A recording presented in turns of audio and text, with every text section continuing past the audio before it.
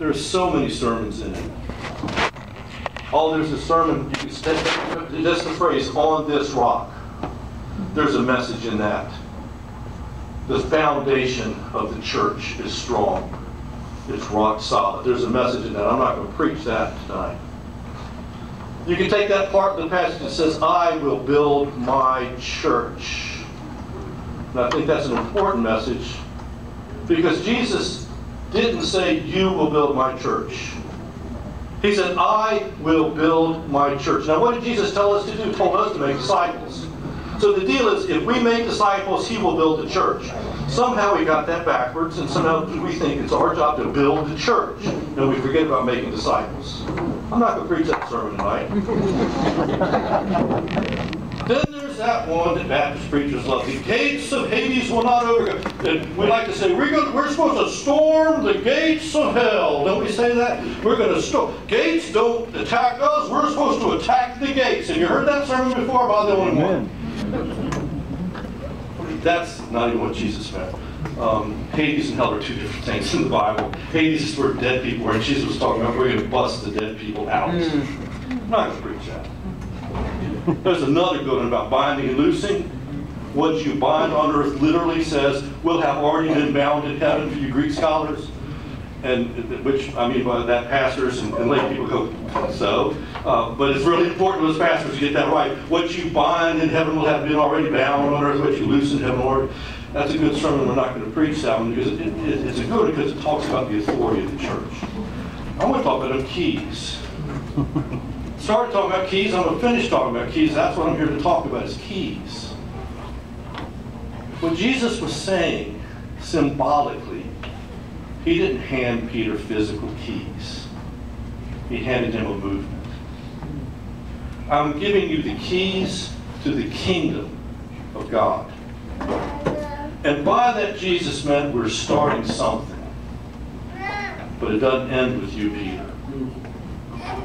Peter would take those keys. He would give them to young John Mark. John Mark would end up writing one of our Gospels. Peter would share those keys with other apostles. He shared them with the apostle Paul when they got to know each other. And Paul would share them with Timothy and with Titus, with Luke, who wrote another one of our Gospels, and with others. And he would tell Timothy, what I'm giving to you, pass on to other people who will pass it on to other people. It was always supposed to be a movement. They would pass it on to the early church fathers who would pass it on to the Catholic Church and the Orthodox Church and finally the Protestant Church. And those keys have been passed down from generation to generation to generation. And folks, we have the keys now. We got Dad's keys. He's given us those keys. The keys to his kingdom. What are we doing with them?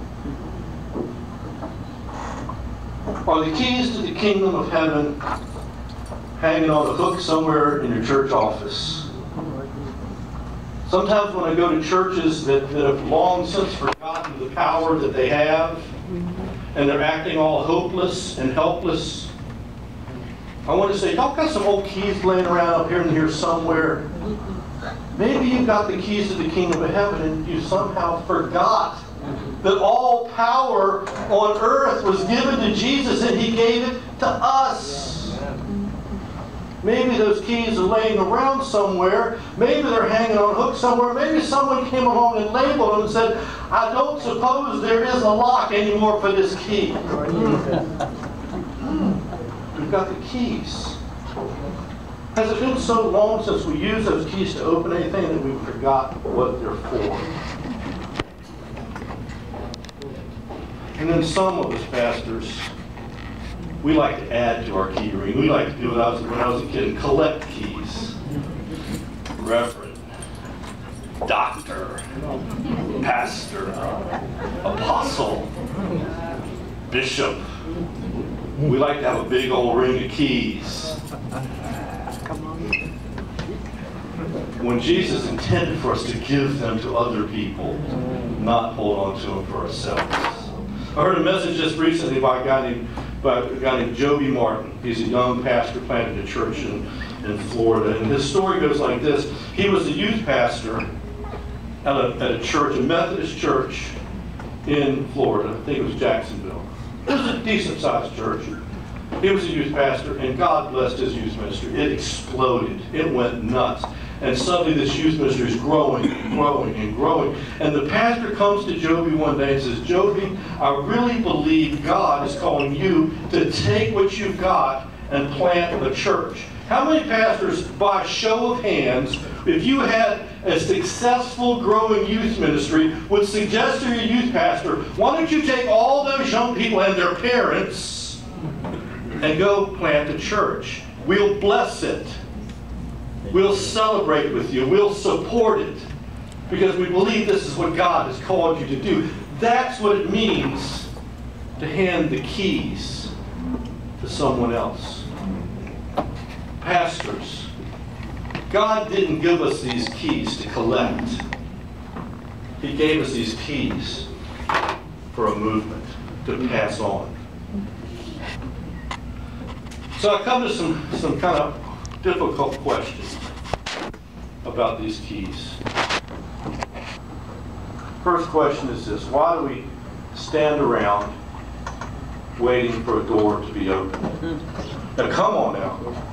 How many times have you said, I'm just waiting on the Lord. When He opens the door, I'm going to be faithful and walk through it. Oh, come on. You've preached that before. I'm just waiting for the Lord. I'm waiting on Him. When He opens the door, when the door is open, I'll go through the door. Why did He give you keys if He only wanted you to wait around for doors that were already open? Right. He's given you the keys. Perhaps He wants us to unlock some doors. Maybe that's why He gave us keys. Because see, here's the thing, people, there are some things out there that are closed up that need to be opened. And God's calling on us. He gave us the power. He gave us the authority. He gave us the responsibility. He gave us the keys to open things up. This year has been a bizarre year for the leaders of the PBA. I'm a planner. I'm a strategist. I like to strategize things. I like to know where I'm going. Ask Peggy.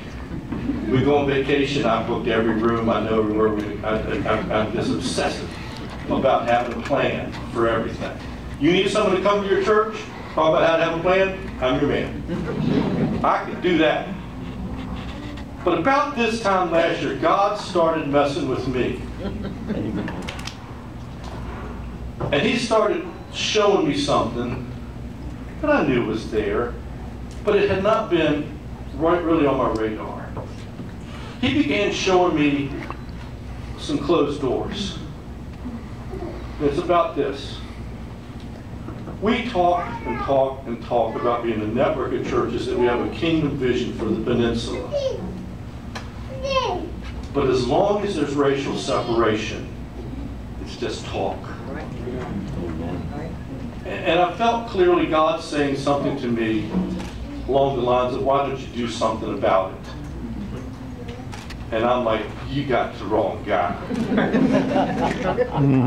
Now understand, I didn't say I was the wrong guy because I don't believe in racial reconciliation. I just didn't think I was the guy to kickstart something that other people might get involved in as crazy as this. Bringing people together that aren't used to being together. I'm not that guy. I started getting invited to be on panel discussions. And I told Melanie, I'm not that guy. And Charles goes, yeah, you are. Shut up, good. Things started to happen. We started just jiggling a few locks, putting some keys in some locks and seeing if we couldn't pry open a door and peek through. Let me tell you what happens when you open a door that's locked using the keys of the kingdom of heaven, what you often find is God is already working on the other side of the door. Amen. He's just inviting you to get involved with what he's already doing. So we started building relationships. We started talking to folks, and we started finding there's a lot of people out there that are passionate about this. There's a lot of people who've been waiting for someone to start messing with some locks and popping some doors open. So we just started doing that. And every step of the way, everything we've done, God has blessed so far. It's just been unbelievable.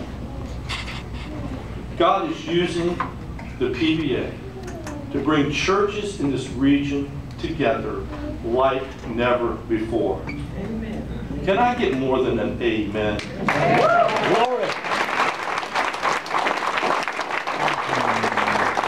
If that doesn't excite you, you need to talk to Jesus. You got some heart work needs to be done.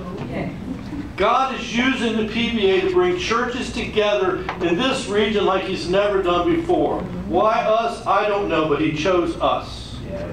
And we're going to be faithful.